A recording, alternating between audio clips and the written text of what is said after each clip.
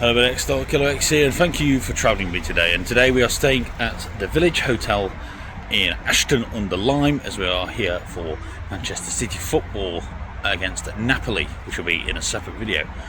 So, should we go and have a look? Let's go. As you can see, the hotel is currently in a bit of a state because they're having an expansion over there, and it looks like they've replaced a lot of the windows on this hotel. We're in a room over there, which is absolutely nowhere near the fucking entrance as it always is. But let's go in. Doors don't work very well. So as you go, Starbucks to the right, the big restaurant to the left, your leisure facilities down there. We're not going in them today because we ain't got time. So let's head up to the room. Going in, and we are on floor number 2. As is usually the case when we get into these hotels, we are literally the furthest room away. Because it just seems to be the theme with these. There's also been an absolute disaster with check-in, which I'll explain in a minute as well, hence why we're not in the room we're supposed to be in. So we are in room 224. Right, let's go in. So let's put the card in. There we go. Right, so the room itself. We've got a chair, that's always good. We'll enter the bathroom first, actually.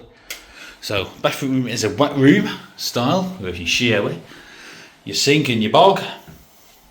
That looks pretty good. You can see, there's your tap. It's got a peeping window, that's interesting. I don't think you can actually see through it, but that's no point. The bed, which we'll do bed test in a minute. An ironing board in a very weird position. The iron. The bed, of course, I said. A little desk area. I think that's a heater. It's got some damage on the wall there, which is from the heater, I suspect. A lamp, you can see that lamp.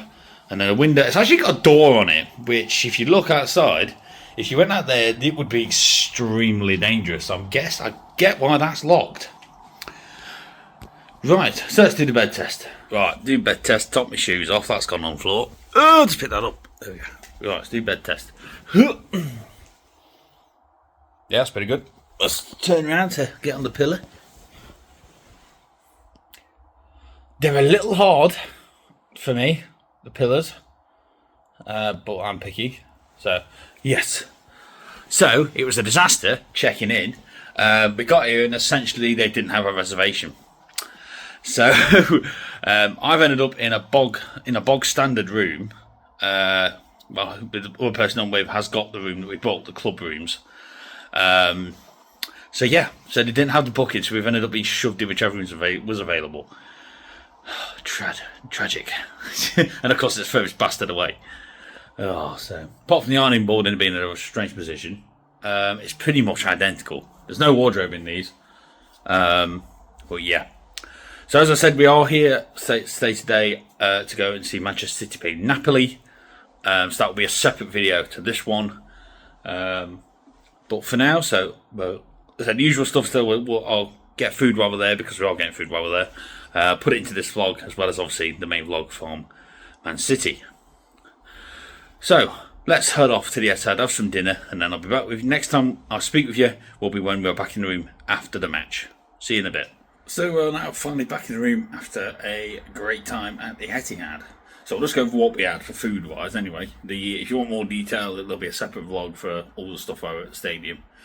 So essentially it was technically 5-course meal. Well, three main course, and then a half-time snack, and then an after the match snack.